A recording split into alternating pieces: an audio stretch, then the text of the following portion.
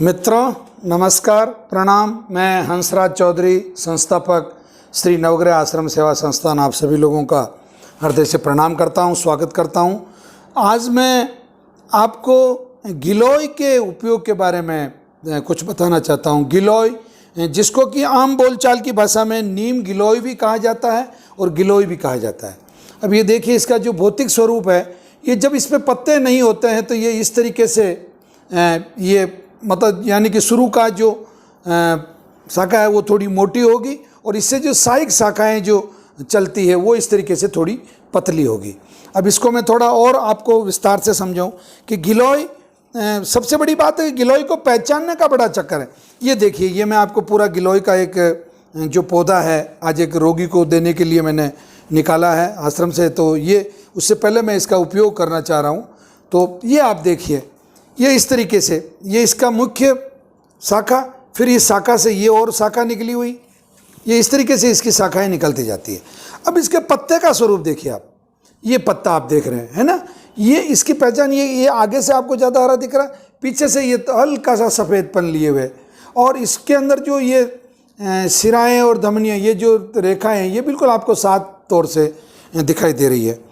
अब इसके मामले में एक भ्रांति है कि कुछ लोग नीम गिलोय कहते हैं, कुछ गिलोय कहते हैं, तो बिल्कुल दोनों का कहना सही है। ये अगर नीम पे चढ़ जाती है, अमूमन पहले गाँव में बहुत नीम हुआ करते थे खेतों में, जंगल में, तो उस पर जब ये चढ़ती थी, ये परजीवी है, यानी कि पैरासाइट प्लांट है ये एक तरह से, अगर एग्रीकल्चर की भाषा में यानी कि ये जिस पेड़ पे चढ़ता है उस पेड़ के गुण ये अपने में ले लेता है, और वो गुण लेने के लिए इसको परमात्मा ने एक बहुत गजब की चीज़ दी है। ये देखिए, ये इस तरीके के तंतु होते हैं इसमें, ये तंतु ये इसके साथ में जुड़े रहते हैं, और ये जो तंतु है ये उस पेड़ के लिपटते रहते हैं। और जब खास तौर से अगर इसकी मुख्य सिरा नीचे से अगर कट जाए कभी भी, जो मुख्य शाखा है, तो ये तंतु इस तरीके से जमीन तक जाके और पुनः अपने आप को स्थापित कर लेते हैं। इसीलिए इसको अमृता कहा गया, ये मरती नहीं है। ये इसका आपको इसका भौतिक स्वरूप मालूम हो गया। और ये उस पेड़ से, जैसे मैं बता रहा था, नीम पे अगर चढ़ती है तो ये नीम गिलोय, और अगर दूसरे किसी पेड़ पे चढ़ती है तो ये गिलोय कहलाती है। अब इसके उपयोग की बात करते हैं, इसको उपयोग कैसे लिया जाए।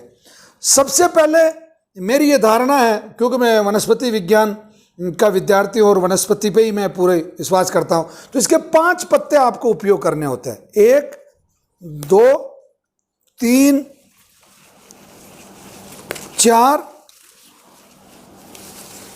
और 5। अब आप देख रहे हैं ये अलग अलग साइज के पत्ते हैं। जैसे ये 2 छोटी साइज के पत्ते हैं, ये एक बड़ी साइज का पत्ता है, ये फिर एक मध्य साइज के पत्ते हैं। यानी कि इन 5 पत्तों को आपको करना ये है, इनका आपको स्वरस बनाना है। रस यानी कि जूस, स्वरस को बोलते हैं, जूस बनाना है। तो जूस के लिए क्या करेंगे, आप इन पत्तों को तोड़ के, काट के और मिक्सी में डाल दीजिए, और उसमें पानी डाल दीजिए, और उसको उसको इनको ग्राइंड कर लीजिए। जब ये बहुत अच्छा फाइन ग्राइंडिंग हो जाए, यानी कि 5 पत्तों में आपको करीब करीब 200 ml पानी की मात्रा तक आप ले सकते हैं, यानी कि 150 ml से 200 ml या 250 ml तक की मात्रा में आप ले सकते हैं। तो पानी डाल दीजिए और इसको बहुत अच्छा सा, जब इसका जूस बन जाए तो इसको छान के पी लीजिए। बस ये बहुत सिंपल सा, ये तो हो गया पत्तों के सेवन का तरीका। अब बहुत सी जगह बार क्या होता है, पत्ते नहीं होते हैं गिलोय के। गिलोय पत्ते जब जड़ जाते हैं तो इस स्वरूप में आपको ये गिलोय मिलती है, समझ रहे हैं। तो इसका ये टुकड़ा, यानी कि ये मोटा मोटा, मैं ये कहूँ कि मेरी इस उंगली की मोटाई का करीब करीब अगर होता है, और तो ये एक बिलात, ये इतना लंबा एक बिलात, यानी कि मोटा मोटा अगर मैं गणित की भाषा में बात करूँ तो 6 इंच से लगा के 8 इंच की लंबाई का, इस मोटाई का अगर आपको टुकड़ा मिलता है, तो इस टुकड़े के आपको छोटे छोटे टुकड़े, चाकू के द्वारा छोटे छोटे टुकड़े करके इनको 12 घंटे पहले पानी में भिगो देना है। कितने घंटे पहले? 12 घंटे पहले पानी में भिगो देना।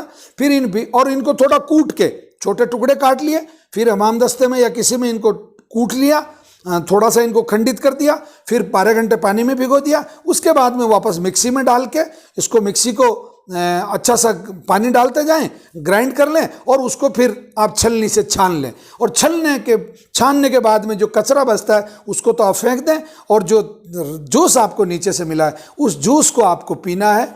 इससे सामान्य रोगी, यानी कि सामान्य व्यक्ति कहूँगा मैं, रोगी तो क्या, जिनको कोई किसी प्रकार की कॉम्प्लिकेशन नहीं है, हल्का फुल्का सा ब्लड प्रेशर है या सब बीमारियों को ये गिलोय ठीक कर देती है। यानी कि ब्लड प्रेशर के लिए सबसे अच्छी है, डायबिटीज़ के लिए सबसे अच्छी है, जिनके तलुओं में जलन होती है उनके लिए बहुत अच्छी है, जिनकी आंखें कमज़ोर है उनके लिए गिलोय बहुत अच्छी है, जिनकी स्मरण शक्ति कमज़ोर उनके लिए बहुत अच्छी है, जिनके ऐसे में बाल सफ़ेद हो गए उनके लिए, यानी कि गिलोय के अथाह गुण है, बहुत गुण है। अतः मित्रों, आप लोगों को मैं आगे भी इसी प्रकार से अलग अलग औषधियों को किस प्रकार से उपयोग लेना ये आपको बताता रहूँगा। इसी के साथ मैं आज के इस वीडियो में आप लोगों को पुनः निवेदन करता हूँ कि श्री नवग्रह आश्रम का जो यूट्यूब चैनल है उसको सब्सक्राइब कर लीजिए, उसको नोटिफिकेशन ऑन रखिए आपको, ताकि नई से नई जानकारियाँ बिल्कुल मिलती रहें। मैं इसी भाव के साथ आप सभी लोग स्वस्थ रहें, व्यस्त रहें, मस्त रहें और घर पे रहें जब तक कोरोना का खतरा नहीं टल जाता है। मित्रों प्रणाम, धन्यवाद।